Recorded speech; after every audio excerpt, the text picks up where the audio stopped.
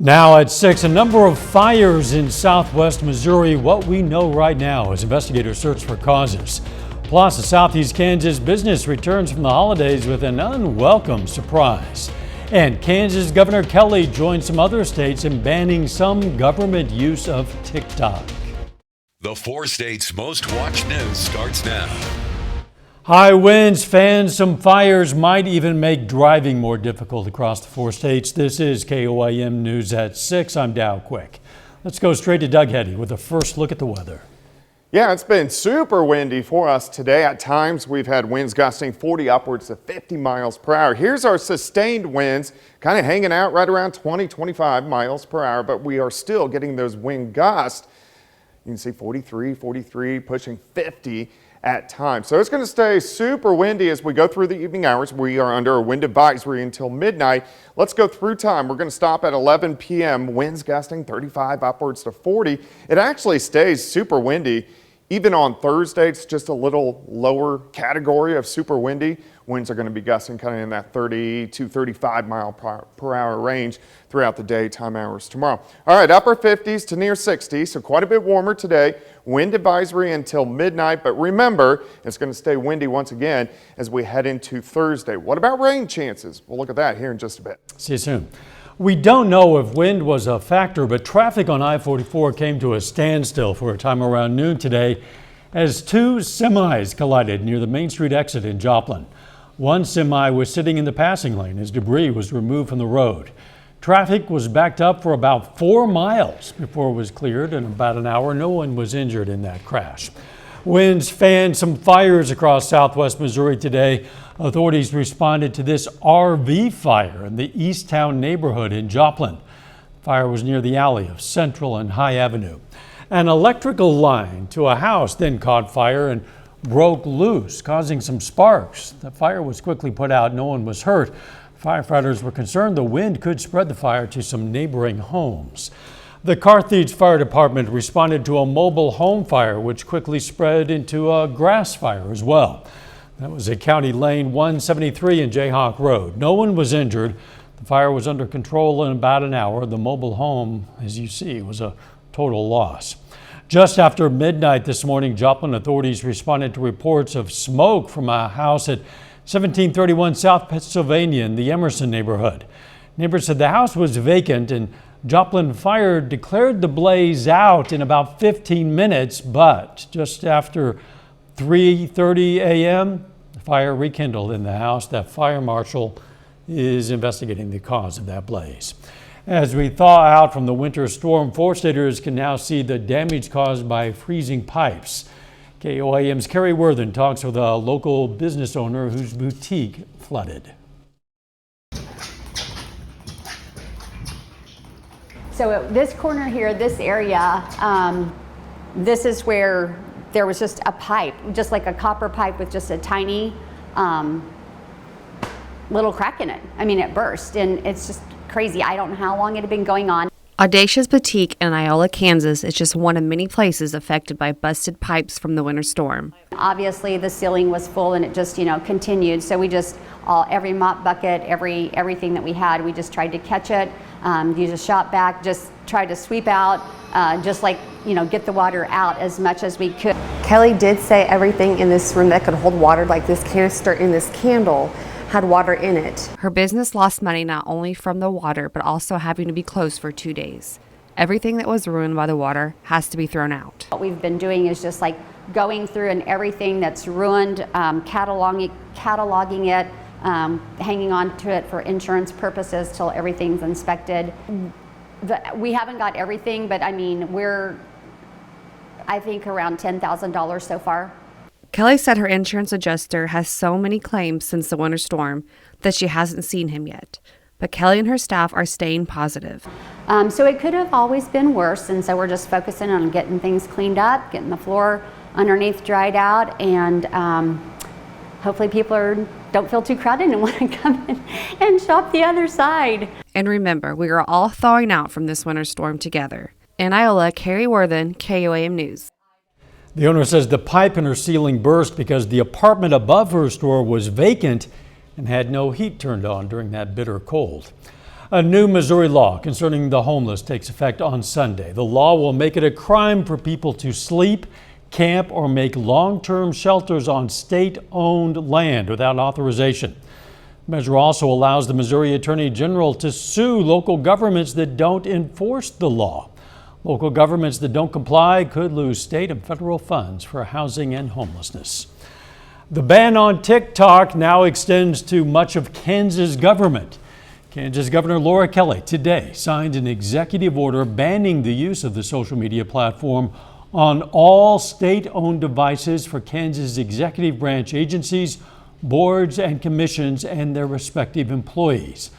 The order does not include employees in the Board of Regents, Regents institutions, or certain state offices. The ban is in response to the national security and privacy risks posed by TikTok, whose parent company is Chinese-owned. The federal government, Oklahoma, and several other states have already enacted similar bans. Coming up, balancing school and work can sometimes cause issues with one or the other. We're going to hear from a Joplin High School student on how they manage. Plus, we'll hear from the Pitt State men's basketball coach on Deshaun English's impressive start to the season. KOAM is always looking to hear from aspiring journalists, so we're continuing a program where we air stories shot, written, and edited by local students. This next story comes from Joplin High School. Students are often balancing school and part-time jobs, but are they able to do both? Joplin Eagles television student reporter Josiah Rizzo takes a look. Miles Griffith is a senior in high school and also juggles a part-time job. He's an editor for Storm Cloud Marketing. He says balancing the two sometimes doesn't always work out, and his grades suffer. Well, I've definitely seen it in some of my grades over time. When I've had previous jobs where I wasn't able to kind of pick my own schedule, it was just set in stone, and it didn't matter if I had a test the next day, I still had to work that night, and I wasn't able to study for anything, and then boom, I have an F in English. But he just recently started this new job, and it's now more flexible. I'm very lucky to have a job where I can pick my own hours. Although it is still just difficult to have to balance like an entire career's worth of work at school and an actual career outside of school to earn money so that you can survive. Holly Eust is a junior principal at Joplin High School, and she says juggling both can be done, but it takes a lot of coordination. I think students can juggle school and work. It can be difficult if you're working an extreme amount of hours. I think it's always good for students to communicate with their employers, let them know that they are a student and that is their first priority and that their job will come second. And she says it's important for students not to work late and then stay up doing homework. I think it's important for students to end at a certain time, hopefully before 10 o'clock, so they can get home and take care of what they need to take care of on a school night. Joplin High does have some resources for kids who may be struggling in school because of work, such as tutoring Monday through Thursday before and after school. So don't be afraid to ask for help if you find yourself falling behind. Again, our thanks to Joplin High School student Josiah Rizzo for that report. A little bit later, a look at how the Pitt State women's basketball team stacks up against the rest of the MIAA in rebounds. Plus, when are the winds going to calm down? We're going to look at that coming up next.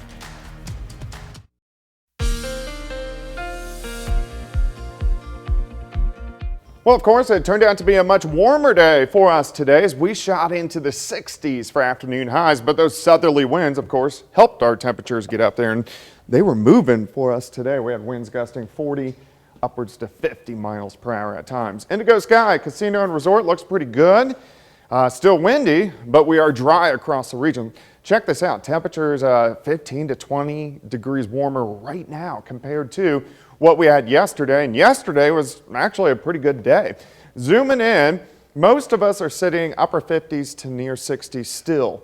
We're at 55 in Stockton, 60 in Bonita. Chanuta's at 56. Pittsburgh checking in at 57 degrees, but the winds are still howling. We have those south winds at about 20 to 30. They're going to slowly start to step down just a bit, but we're still getting winds gusting, You can see earlier today, 45 pushing 50, but still winds are gusting 30 upwards to 40 across the region, and it's going to stay windy tomorrow, just not quite as bad as what we had today. 58 southerly winds at 21, humidity is at 60%. Through the overnight hours tonight, we kind of hang in the mid 50s. We only bottom out at 55 for an overnight low. You can see a lot of clouds kind of zooming through the region, but there's nothing underneath the clouds. So we are going to stay dry, but we are watching our next storm system out across parts of Nebraska, western Kansas. Most of this moisture is going to shoot across the northern parts of the plains. We have a big area of low pressure right across parts of Colorado, but it lifts up into Minnesota, so it keeps the rain kind of around us, but we don't really get any. We are just dealing with the winds. We will get a cold front, which is going to roll in tomorrow night and kind of cool us back down just a bit by Friday. All right, let's go ahead, step through time. 7 a.m., still a lot of clouds, mid 50s, actually very similar to what we're seeing right now. Partly sunny through the day. We rise into lower 60s in the early afternoon, then kind of back off a little bit late afternoon, kind of into the upper 50s to near 60 degrees. Clouds thicken up a little bit for us tomorrow night into Friday morning, but that cold front kind of slips through. So look at our temperatures. We're back down into the mid 30s by Friday morning. A lot of clouds. Friday again, we're not going to get a ton of sunshine over the next few days, but high temps right around 50 degrees by Friday afternoon. So it will cool down 12 to 14 degrees or so. All right, future winds still 30, 35 through the overnight hours into tomorrow morning. So we'll stop at 2 p.m. Still, we're going to have winds gusting near 30, but as that cold front slides in, it will drop the wind gusts back down to a proper range. All right, 7 a.m., 57, 62 by noon, high 64, backing to about 59 by the time we head into the afternoon hours. But overall, temperature is pretty good over the next few days. 64 tomorrow, 53 on Friday. But check out the weekend. New Year's Eve, 59. We may get a little bit of drizzle in the morning, but overall it looks great. New Year's Day, January 1st, is going to be 63. Thunderstorms by Monday. No sight of any snow really for about the next 10 days or so. We had a white Christmas like a few days ago. I know, it's crazy. It's all gone. We're going to have a wet New Year's very soon. Thanks, Doug. Yep. Still ahead, today is the first day of the Neosho Holiday Classic, and Pitt State's Deshaun English is averaging a double-double so far this season. Danny Terzer has more on that story coming up next.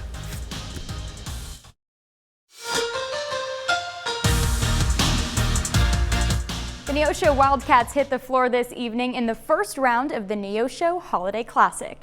Neosho faces Cassville tonight.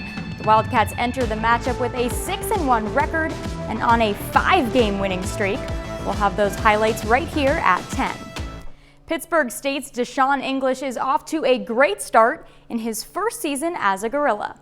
English is averaging a team-high 13 points per game and ranks second in the MIAA in rebounding with 11 per game.